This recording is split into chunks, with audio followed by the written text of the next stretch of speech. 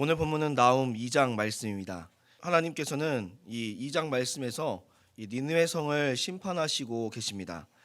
오늘 본문에서 하나님은 니느웨 성의 심판의 모습을 너무나 생생하게 그려내고 있습니다.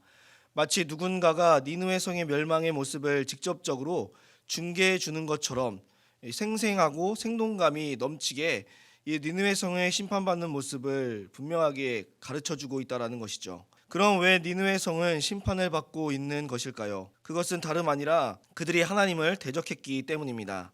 우리는 어제 나훔 1장 말씀을 통해 하나님을 알고 하나님의 뜻대로 살아가는 자들에게는 하나님께서 산성이 되시고 피난처가 되시지만, 그래서 하나님의 보호하심과 지켜주심을 누릴 수 있지만, 하나님의 뜻대로 살아가지 않는 자들은 하나님의 진노와 심판을 피할 수 없음을 말씀드렸습니다. 결국 심판을 당하는 이유는 그들이 하나님의 뜻대로 살아가지 않기 때문이고, 이것을 성경은 하나님을 대적한다라고 말씀하고 있습니다. 니느웨 성이 하나님의 뜻을 따르지 않고 대적한 이유는 자신이 하나님 없이도 살 수 있다라는 이 교만한 마음이 자리 잡고 있다는 것입니다. 그들은 하나님 없이도 승리할 수 있다라고 믿었습니다.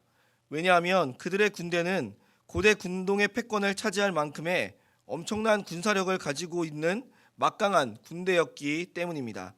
지금 자신들을 침략하는 군대들도 충분히 자신의 힘으로 이겨낼 수 있다라고 말하고 있습니다. 오늘 본문 1절 말씀을 보시면, 파괴하는 자가 너를 치러 올라왔나니 너는 산성을 지키며 내 허리를 견고히 묶고 내 힘을 크게 굳게 할지어다라고 말씀하고 있습니다. 여기서 파괴하는 자는 바로 하나님의 명으로 아수르를 멸망시키려고 일으키신 군대를 의미합니다.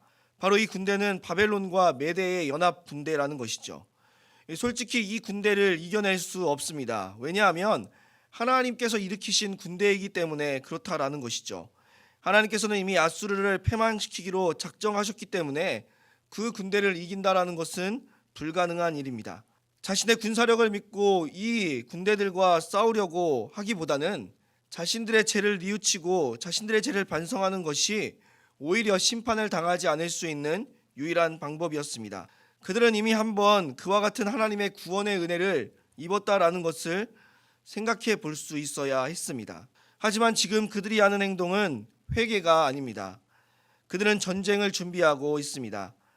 자신들의 죄를 뉘우치고 반성하는 것이 아니라 자신들의 힘으로 문제를 해결하려고 하고 있습니다. 1절에서 분명히 말씀하고 있습니다.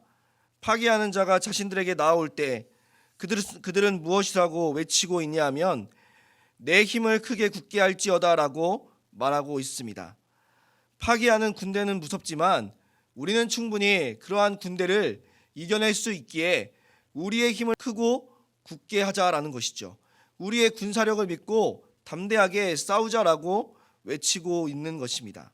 군사력이 하나님 없이도 자신들의 문제를 해결해 줄 것으로 생각하여 교만해졌다라는 것을 우리는 생각해 볼 수 있어야 한다라는 것입니다. 두 번째로 그들이 의지한 것은 무엇입니까? 자신들의 경제력을 의지하고 있다라는 것입니다.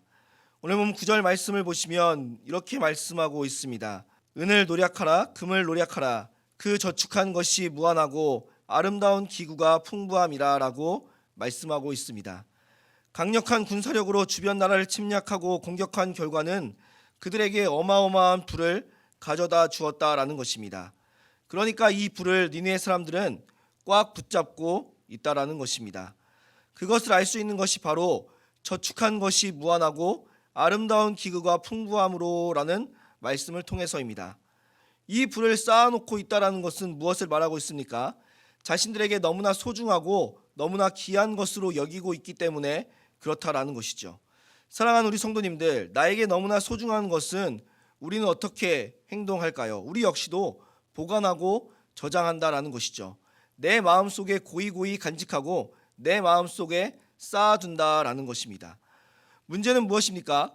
이 쌓아둔 것이, 이 저장한 것이 어느 순간 내가 그것을 더 의지하게 만들어버리는, 교만하게 만들어버리는 것이 될 수도 있다라는 위험성을 항상 내포하고 있다라는 것입니다. 지금 니네 사람들도 마찬가지라는 것이죠. 그것을 너무나 의지하고 있다라는 것이죠. 마치 우리가 이 재물을 쌓아두고 있으면 언젠가 이 재물로 인하여서 우리의 모든 문제를 해결할 수 있을 것이라는 그 믿음과 신뢰를 가지고 지금 물질을 저장하고 있다라는 것입니다. 우리들도 마찬가지라는 것이죠. 우리도 우리의 부를 의지하고 우리의 부를 신뢰한다면 교만해질 수밖에 없음을 기억해야 한다는 것이죠. 세상에 많은 사람들이 무엇을 이야기합니까? 돈이면 모든 문제가 해결된다라고 말합니다. 돈이면 해결하지 못할 문제가 없다라고 말합니다. 그러니까 돈을 엄청나게 모으려고 하고 돈을 엄청나게 벌려고 하는 것이죠. 이 부가 결국은 하나님 없이도 살 수 있다는 교만의 마음을 가지게 되었다라는 것입니다. 그럼 왜 교만은 문제일까요? 겸손함은 하나님만을 전적으로 신뢰하게 만듭니다. 우리는 아무것도 가진 것이 없는 보잘것없고 연약한 자들이기 때문에 항상 겸손한 마음을 가질 수밖에 없습니다. 하지만 우리가 만약 힘을 가지고 있다면, 내가 부를 많이 가지고 있다면 이야기가 달라진다라는 것이죠. 나의 힘이 하나님보다 더 뛰어나 보이고 내가 가지고 있는 돈이 하나님보다 더 위대해 보입니다. 그러면 내가 가지고 있는 힘과 물질이 어떠한 문제든지 해결할 수 있다라고 생각하게 됩니다.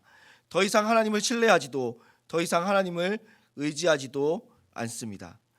결국 교만은 하나님을 적으로 돌리게 된다는 사실을 기억할 수 있어야 한다는 것이죠. 오늘 본문 13절 말씀을 통해 우리는 그 사실을 확인해 볼 수 있습니다.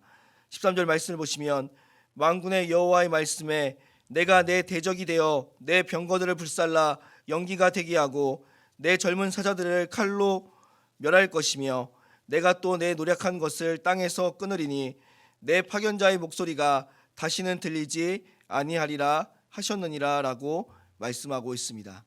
하나님은 무엇을 말씀하고 있습니까? 니느웨 사람들을 자신의 대적이라고 말씀하고 있습니다. 그래서 그들이 의지하고 있는 군사력과 그들이 의지하고 있는 경제력을 끊어버리시겠다라고 말씀하고 있습니다. 교만함으로 하나님을 신뢰하지 않고 교만함으로 자신의 군대를 믿고 의지하며 경제력을 믿고 의지했던 그 아수르 사람들을 하나님께서는 적으로 돌리시고 있다는 사실을 기억할 수 있어야 합니다. 사랑하는 우리 성도님들, 교만의 무서움을 알아야 합니다. 니느웨 사람들은 교만함으로 인해 하나님을 바라보지 못하고 하나님을 신뢰하지 못합니다.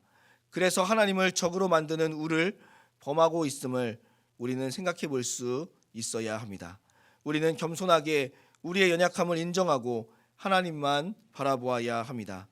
우리 역시 니느웨 사람들처럼 우리의 힘을 의지하고 우리의 부함을 믿고 교만해지면 이러한 결과를 초래할 수밖에 없음을 살펴볼 수 있어야 합니다. 오늘도 하나님 앞에서 교만해지지 않고 겸손함으로 살아가실 수 있는 우리 모든 성도님들이 되시기를 주님의 이름으로 소원합니다.